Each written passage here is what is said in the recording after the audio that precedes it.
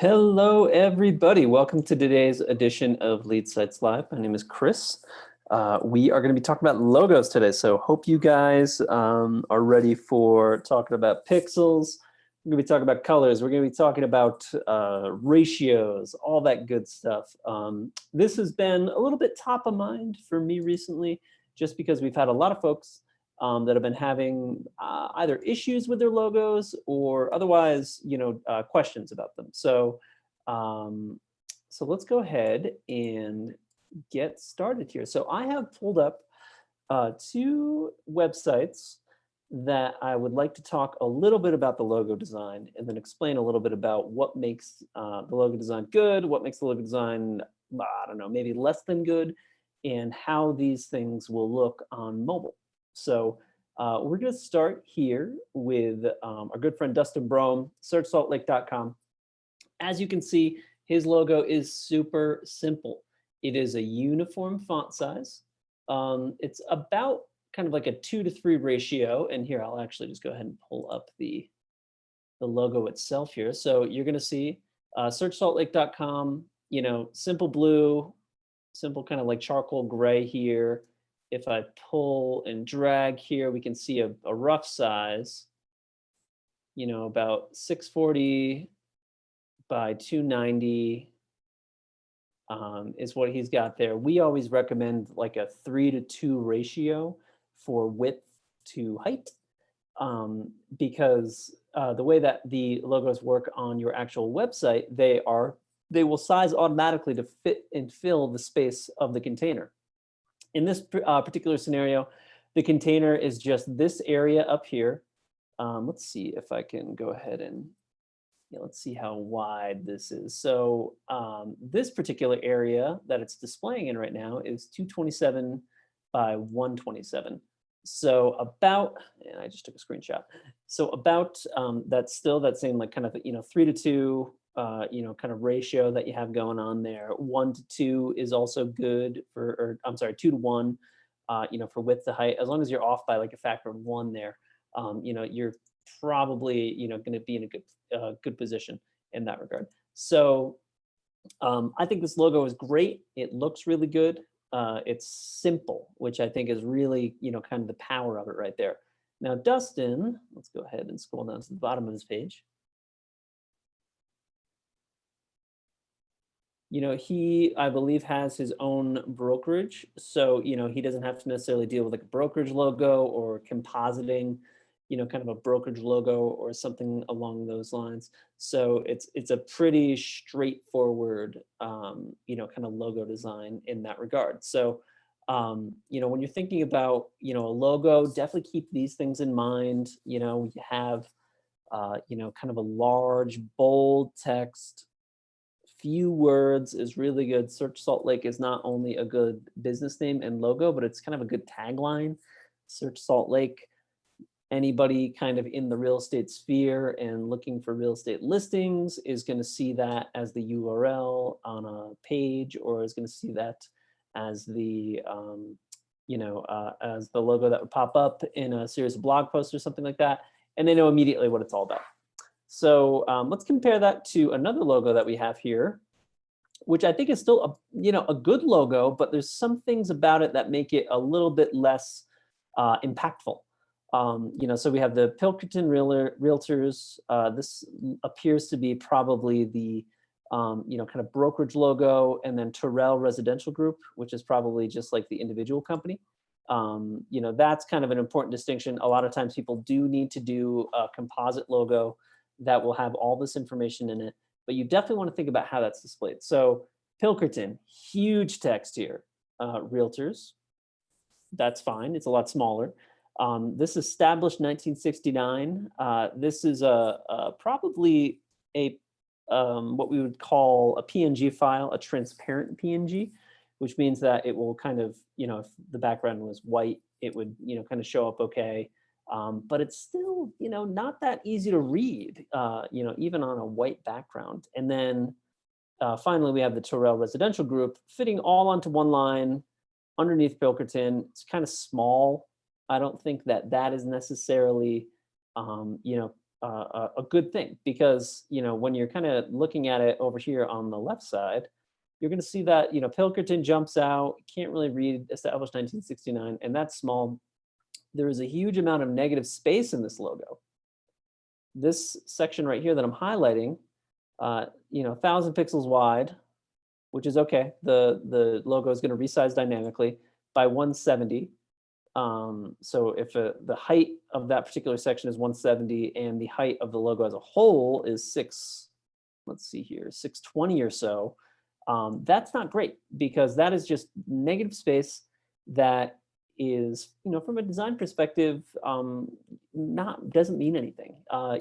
We'll come back up to Search Salt Lake. We see there is basically no negative space in this. There's a space between salt and lake because, of course, the words themselves, Salt Lake City, would have a space there. But I think it's a little bit more effective than, this. This is a mix of font sizes, a mix of fonts, a mix of font densities, opacities, and then just some big negative space here. So I think those are elements that are really kind of not helping this logo be impactful. So now let's see how they look on the actual website. So Search Salt Lake, we already took a look at this. It is a big logo that kind of fills in the top here, really straightforward. This logo, a little bit smaller. Again, we're dealing with, this particular header template has a little bit more space than this one, but you can already tell that it looks little because you have a range of font sizes, you have that negative space. If the more negative space that you have in the logo, the less room the logo has to expand to fill up that area. So if you collapse that negative space and you made Terrell Residential Group maybe span onto 2 lines or 3 lines or something like that, that might look a little bit better. From a design perspective, you definitely want to get rid of that negative space and do all that. So I think a really good example of how this is impactful, though, because we can still read this. I find myself on this gentleman's website. I would be able to read Pilkerton Realtors, Terrell Residential Group, all that good stuff. Pilkerton down here, this looks really great. That's nice. A lot of times, and then up here, it's okay. It's small. Let's scroll here. Boom, look at how big that is.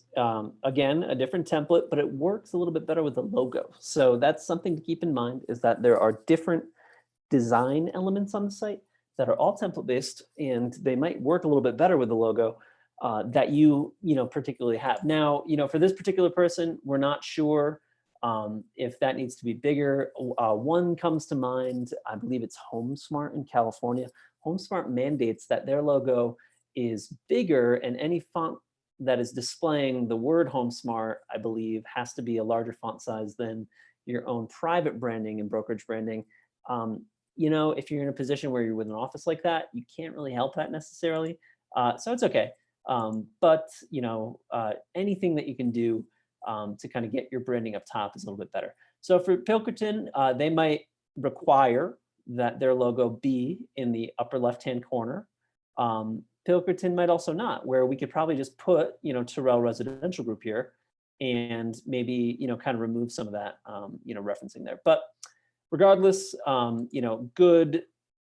We're just basically talking about large and simple and no negative space. And then we got some negative space here, which is, I think, impacting the readability of this logo. Now, let's go ahead and see what this is going to look like on mobile, because that's always a good sign. If your logo can scale up and down effectively to look good on both mobile and desktop, then you are in a good position. So let's go ahead and check that out. It's really easy to do, to kind of mock it up. I mean, of course, you can pick up your cell phone, you can look at it, all that good stuff, but you can also do it within Chrome, and it's easy to access that. So basically what you're going to do is you're going to go to View, and then you're going to click Developer, and then Developer Tools. And you will then have pulled up a little kind of a bar on the bottom. I've already done this, so it's popped up already. But typically when you pull this up, it's going to look like this. And let me scroll that up. So you're going to have this kind of console element down here that is going to be, displaying all those things you can do. You're going to see a little logo here though for device toolbar. So we're going to go ahead and click that.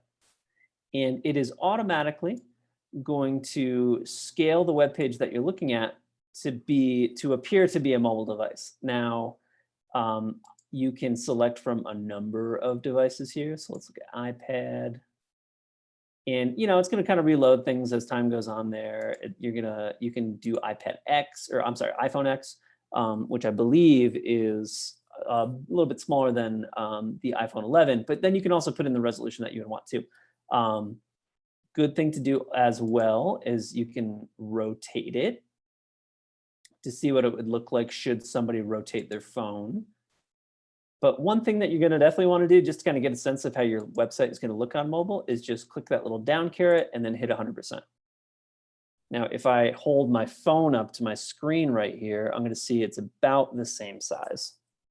You guys didn't see me do that because my hammer's not on. But as you can see, Search Salt Lake is looking good. This is kind of fun. It lets you kind of click around and see, how all of the, features work. So you kind of see how the scrolling works. And if you clicked on any of these, let's go ahead and click on this one for Salt Lake City. It's going to load it in a new page within your, your kind of fake mobile browser here. And as you can see, that logo, it remains big. It looks great. We're going to keep scrolling down here. And then, of course, all of his, wonderful information that he has about Salt Lake City. But, important thing to keep in mind is that logo is big. It's readable. It's taking up a lot of space on the top of the homepage experience, but that's not a bad thing. You're able to read the logo. It looks good. Kind of expands, and a lot of that has to do with the fact that it's big. It's in that 3:2 ratio. You don't have a lot of negative space. Really, the only negative space that you have is right after search and in between Salt and Lake. So now let's go ahead and check out this bad boy.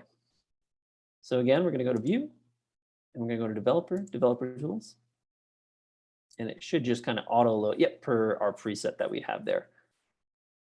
So as you can see, this thing is sized down small. So this has, again, a little bit to do with, the homepage, like the upper template that we're using for the header.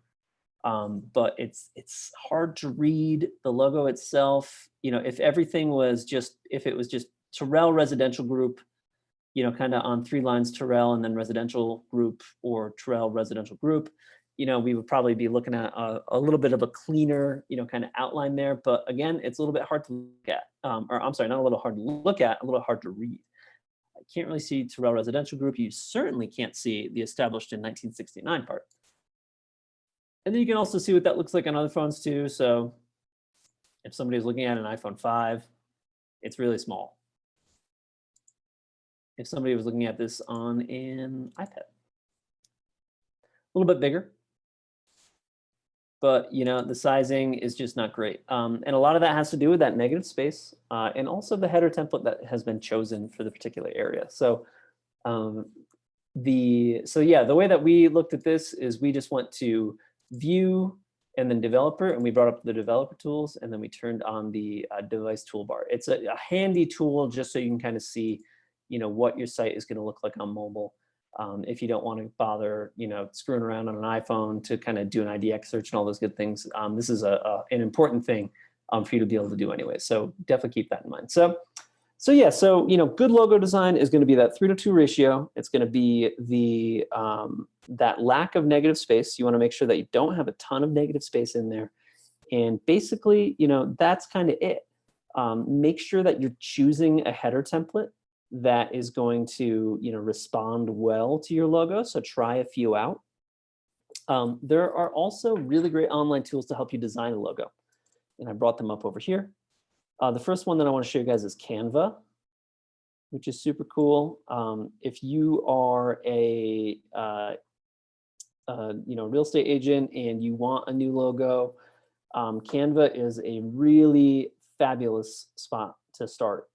These are all really just kind of generalized logos. They work really well though. So we're going to see some here You know, Lunar's recording studio. You know, this isn't necessarily the greatest for a header template. You know, if you want, yeah, Euphoria, this would be good for, you know, a real estate firm. You know, maybe we would do something, Milford Real Estate. Here's one right there. Again, that's got a little, that real estate text is a little bit small underneath there, but if you did want to choose that one, you can see how easy it is to use. You know, you can adjust the sizing for all the different, you know, elements on the actual page. It works a lot like the squeeze tool that we have in the back of EasyAgentPro. So you can basically just kind of click to edit, you know, anything that's within here. And then you can save these logos for free. You know, you can use them on your business. There isn't like a limit in that regard. And then if you guys are a little bit more advanced, I would recommend Canva for somebody that's like, hey, I got no idea what to do. You know, I need a logo, help me out. If you are a little bit more advanced, but you don't have access to Photoshop or anything like that, Photopea is a great resource. It basically does everything that Photoshop does, but it's free and it's online. So you don't have to download it. You can access it from any browser. Go ahead and drop some links to these bad boys on there. And then Canva is our other one here. Canva.com. And these are great. If you guys have a logo that you don't like, or if you've just been using your brokerage logo, definitely check out Canva, because it's really easy just to kind of whip up something really quickly here. You know, a lot of these, and you might even see these around sometimes, but you know, there's nothing wrong with just having a good looking logo. You know, you can change the colors, obviously, on the background. The text, you know, if we wanted this to be, you know, Terrell Residential Group, and then underneath here, we could say Pilkerton Real Estate or something along those lines. Always a good idea. So, and then as you can see, there are tons to choose from. So, you know, you can kind of dive into the back here. As you scroll, it kind of infinite scrolls with you. So just, you know, kind of pick one out. Don't think too hard about it. You basically just want to have a, oh, this is a nice one right here, this Condo Co Corp. You basically just want to have a large text with not a lot of negative space and just try to simplify it. I know that you might want to put your last name in there. You might want to put a bunch of other elements in there, but if you just have a strong identity already, beach home, resource, whatever it might be, you want to have it to be, you know, 2 to 3 words, and that's it. So yeah, hope this was really helpful, guys. I had a lot of fun talking about logos today. I hope that you know, you guys are considering, you know, using Canva or a resource like this, Photopea as well. If you have any ideas about logos or anything that you want to share, go ahead and drop them in the comments. And I hope you guys will have a great holiday weekend, and thank you so much. Take care.